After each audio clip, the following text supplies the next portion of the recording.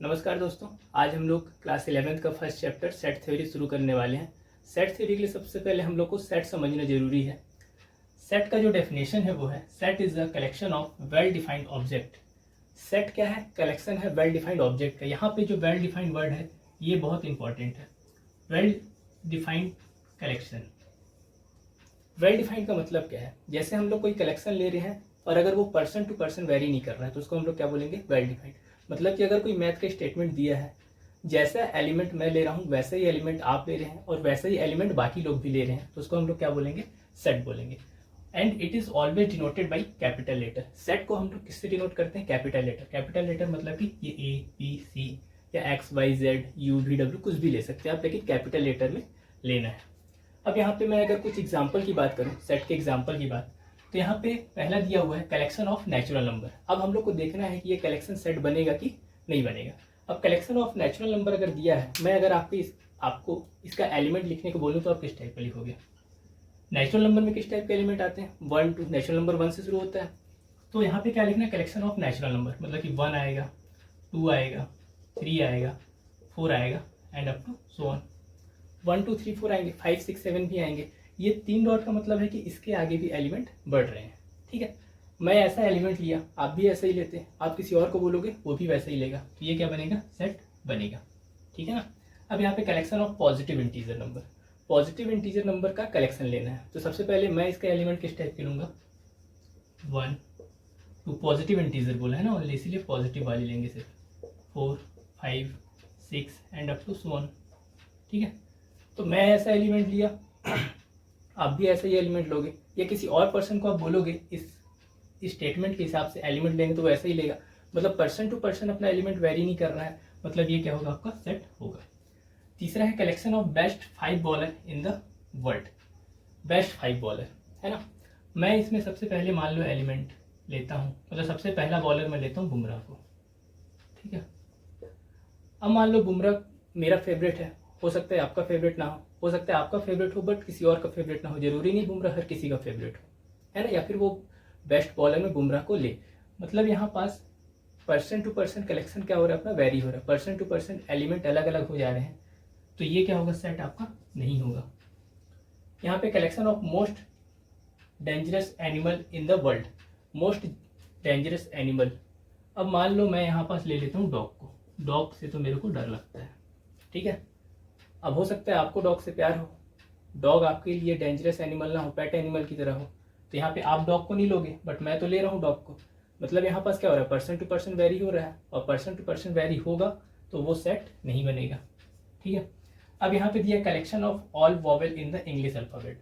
अगर ये स्टेटमेंट दिया है तो मैं इसके एलिमेंट किस टाइप के लूँगा? ए ई आई ओ यू। ठीक है, आप किस टाइप के एलिमेंट लोगे? आप भी इसी टाइप के लोगे, है ना, ए ई आई ओ यू। और मान लो अगर आप कोई इस टाइप का एलिमेंट ले लेता है, यू ओ आई ई ए। ठीक है ना भाई, ये भी तो वॉवेल का है। एक चीज ध्यान रखिएगा, सेट में एलिमेंट का पोजीशन मैटर नहीं करता है।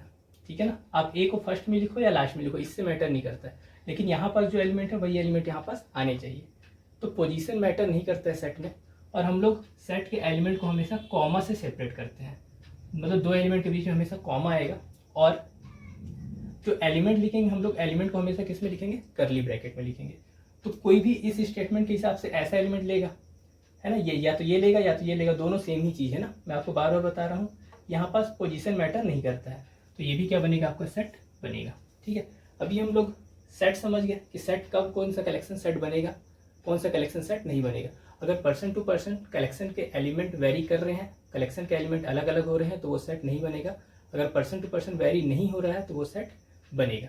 अब हम लोग देखेंगे कि सेट को रिप्रेजेंट कैसे करते हैं। सेट को रिप्रेजेंट करने का दो फॉर्म होता है, फॉर्म और दूसरा set builder form. Roster form में क्या होता है? All the element of a set are listed, the element being separated by commas and enclosed with curly bracket. Roster form में आपको सिर्फ एलिमेंट लिखने हैं, जो भी स्टेटमेंट दिया रहेगा उसका एलिमेंट। जैसे एग्जांपल की अगर मैं बात करूँ, यहाँ पे दिया set of element of divisor of 42। 42 के डिवाइजर में कौन कौन से एलिमेंट आते हैं? कौन कौन से नंबर 42 को डिवाइड करता है? तो 1 डिवाइड करता है 42 को, फिर 2 भी डिवाइड करता है, 3 भी डिवाइड करेगा, 4 डिवाइड करेगा या नहीं? 4 नहीं डिवाइड करेगा तो 4 को नहीं लेंगे, 5 भी डिवाइड नहीं करेगा, 6 डिवाइड करेगा, 7 भी डिवाइड करेगा, 8 डिवाइड करेगा। यानी इस टाइप से आपको क्या निकालना है, डिवाइजर ऑफ 42 निकालना है। 7 के बाद कौन डिवाइड करेगा, 14 डिवाइड करेगा, 14 के बाद 21 डिवाइड करेगा और 42 डिवाइड करेगा। तो ये जो चीज़ हम लोग लिखे यही क्या है, रोस्टर फॉर्म में सेट को रिप्रेजेंट करने का तरीका। अब यहाँ पे दिया set of all vowel, set of all vowel, तो हम लोग को इसको क्या लिखना है, रोस्टर फॉर्म में लिखना है। रोस्टर फॉर्म में लिखने के लिए हम लोग क्या करेंगे, सबसे पहले कर्ली ब्रैकेट, और वॉवेल के एलिमेंट कौन कौन से हो जाएंगे, ए, ई, आई, ओ और यू। ठीक है, तो ये आ गया आपका रोस्टर फॉर्म। अब हम लोग देखेंगे कि सेट बिल्डर फॉर्म क्या होता है।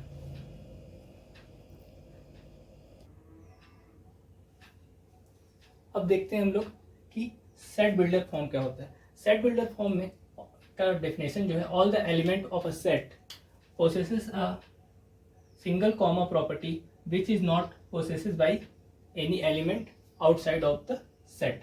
इसका मतलब कि हम लोग जो भी सेट को लिखेंगे वो क्या लिखेंगे, किसी एक्स एलिमेंट के साथ लिखेंगे। जैसे मान लो इस सेट को लिखना है, तो इस सेट को मान लो मैं ए नाम से डिनोट करता हूँ। इसको मैं क्या लिख सकता हूँ, एक्स, और यहाँ पे लगाएंगे सेमीकोलन। इसको क्या पढ़ते हैं हम लोग, सच दैट। ये जो साइन है इसको क्या पढ़ते हैं, such that. X such that x is a vowel, x is a vowel of English alphabet. Okay, तो ये आपका एक एग्जांपल बन गया। ये किसका एग्जांपल है, सेट बिल्डर फॉर्म का। अगर सेट बिल्डर फॉर्म में लिखने बोलेगा तो आप इस फॉर्म में लिखेंगे, और अगर रोस्टर फॉर्म में लिखने बोलेगा तो इस फॉर्म में। रोस्टर फॉर्म में आपको डायरेक्ट एक एलिमेंट लिखना है, और सेट बिल्डर फॉर्म में आपको एक स्टेटमेंट के तौर पे लिखना है, इस टाइप से। अब जैसे मान लो इसका एग्जांपल अगर मैं लूँ, ये है ना set of element of divisor of 42। तो यहाँ पे आप इसको कैसे बना सकते हो, मान लो मैं इसका नाम दे देता हूँ बी, लिख देता हूँ एक्स सच दैट, है ना। इसमें बी में किस टाइप के एलिमेंट आएंगे, एक्स टाइप के एलिमेंट आएंगे, और एक्स का प्रॉपर्टी क्या लिख देते हैं कि X belongs to natural number. X जो है आपका नेचुरल नंबर है, एंड एक्स डिवाइड 42।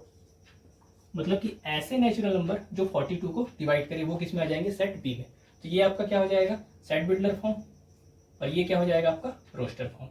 तो इस टाइप से हम लोग सेट को रिप्रेजेंट करते हैं। ठीक है, इसके बाद हम लोग एक्सरसाइज 1.1 देखेंगे नेक्स्ट वीडियो में।